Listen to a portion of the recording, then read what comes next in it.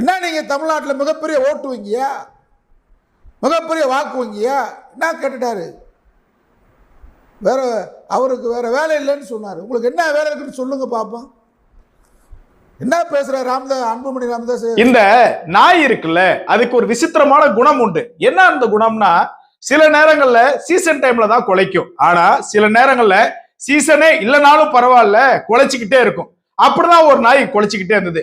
சரி, என்னடா அது ரொம்ப நேரமா குலைச்சிக்கிட்டே இருக்குதுன்னு சொல்லிட்டு ஏதாவது 2 பொறை போடுன்னு சொல்லிட்டு ஒரு 2 ரொட்டியை தூக்கி போட்டேன். இந்த நாய் எப்பேற்பட்ட நாயா இருக்கும்? ஏன்னா அந்த ரொட்டியும் தின்னுட்டு திடீர்னு பார்த்தா நம்ம பக்கம் நிக்கணும், பார்த்தா அந்தாண்ட போய் சூரியன் பக்கம் நிக்குது.